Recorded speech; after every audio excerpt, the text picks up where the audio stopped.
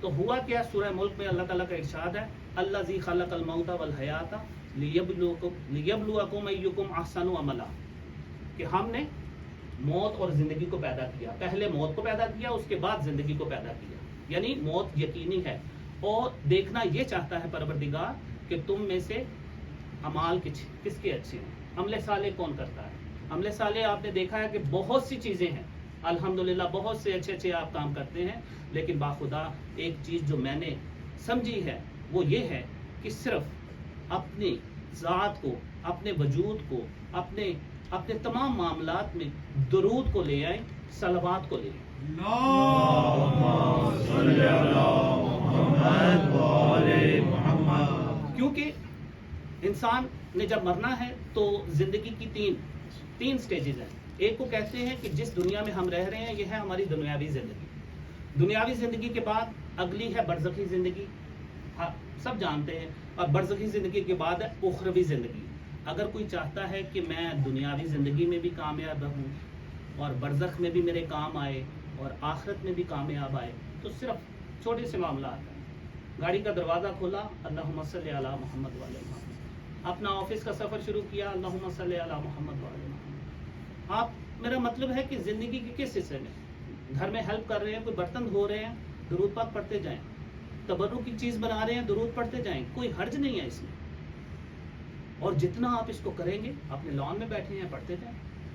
کسی نے تنگ کیا، کسی پہ غصہ آ گیا، اللہم صلی علی محمد وعلی محمد، کسی پہ پیار آ گیا، اللہم صلی علی محمد وعلی محمد۔ میں آپ کو اس لیے کہہ رہا ہوں کہ اس کو اپنی روح کا حصہ بنا لیں، انشاءاللہ دعا دیں گے اس کی وجہ ہے۔ کچھ علماء دین کہتے ہیں کہ استغفر اللہ ربی واتوب الیہ پڑھتے رہا کرو، اس سے گناہ معاف ہو جاتے ہیں۔ آتا بھائی سن رہے ہیں آپ؟ استغفر اللہ ربی واتوب الیہ، میں یہ کہتا ہوں کہ استغفر اللہ ربی واتوب الیہ کرتے جائیں، ساتھ ساتھ آپ گناہ کرتے جائیں، ساتھ ساتھ یہ پڑھتے جائیں۔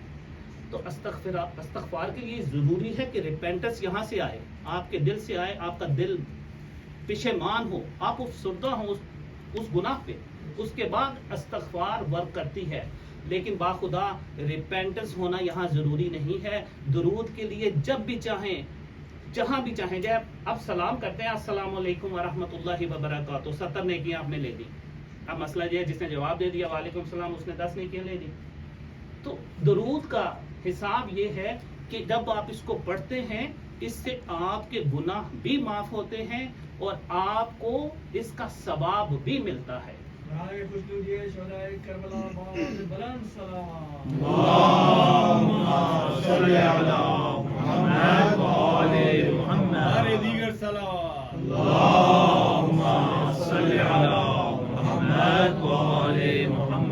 تو بس عزیزان گرامی، ہوتا یہ ہے کہ درود کا پلڑا آپ کے سارے اعمال، مطلب یہ ہے کہ اگر ہم اس کا بیلنس کرنا چاہیں، ترازو سے چیک کرنا چاہیں ایک طرف، اور آپ کا درود کا ثواب، اس کا پلڑا ہمیشہ بھاری رہے گا۔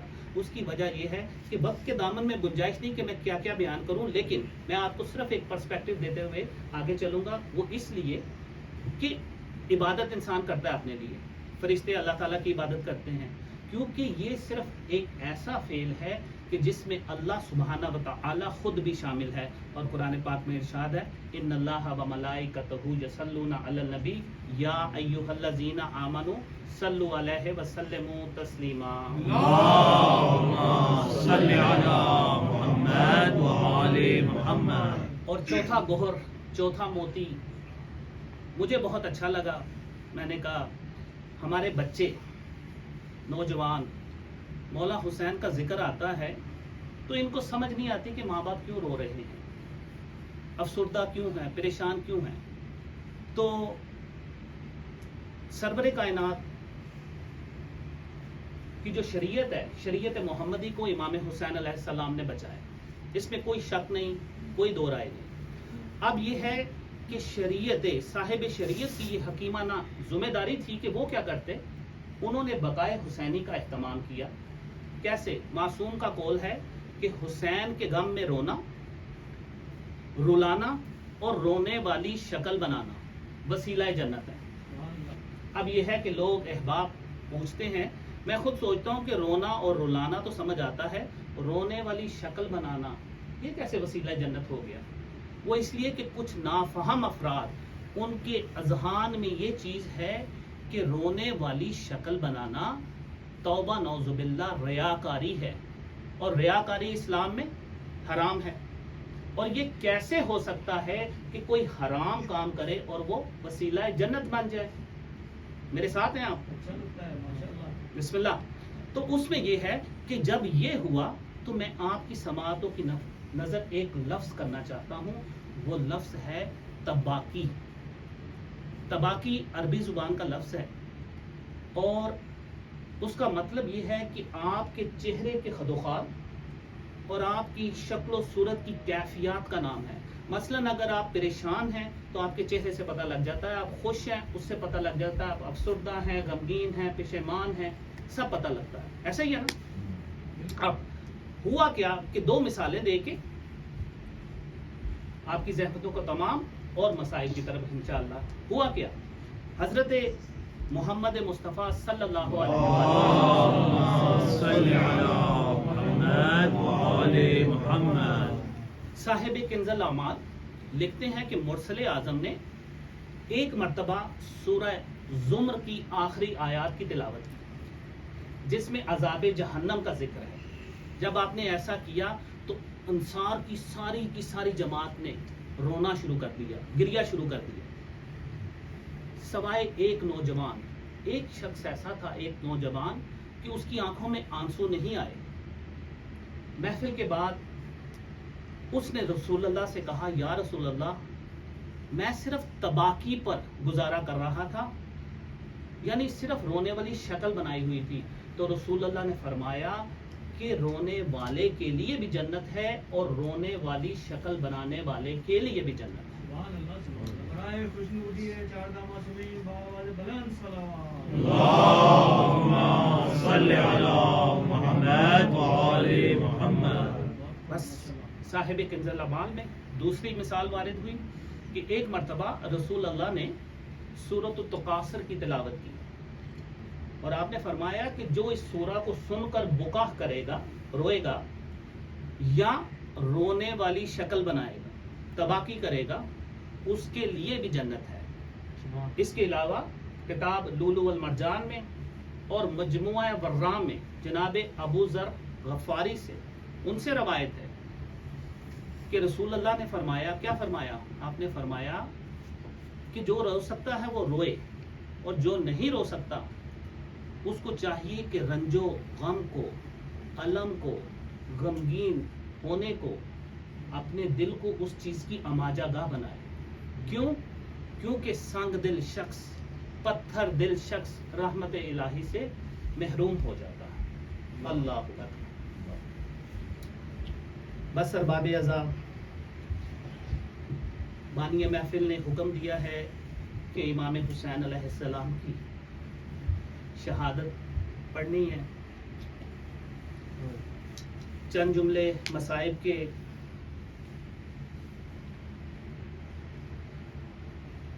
مولا حسین، وہ حسین کہ جو رسول اللہ کی زلفوں سے کھیلا کرتے تھے، وہ مولا حسین کہ جن کے لبوں کے بوسے رسول اللہ لیا کرتے تھے، آپ سب جانتے ہیں۔ جب مولا حسین مسکین ہوئے ہیں نا، مسکین اس کو کہتے ہیں جس کی ماں مر جائے۔ تو جناب امیر نے کہا بچوں سے کہ اپنی ماں سے آخری دیدار کر لو۔ سب نے ماں سے آخری دیدار کر لیا۔ اتنے لاڈلے تھے کہ اپنی جگہ پہ کھڑے رہے، کہتے کہ میں نہیں جاؤں گا جب تک ماں نہ بلائے۔ وہ مولا حسین کہ جس کے لیے بی بی کے بندے کفن ٹوٹ جائیں، وہ مولا حسین کہ جو کربلا سے پہلے اپنی بہن زینب کے ہاتھوں کے بوسہ لیا کر کہ یہ ہاتھ رسیوں میں جکڑے جائیں گے۔ ارے وہ مولا حسین کہ بی بی زینب جو ہے اپنے بھائی کے گلے کے بوسے لیا کرتی تھی۔ بس ارباب اعضاء، جب سب شہید ہو گئے نا،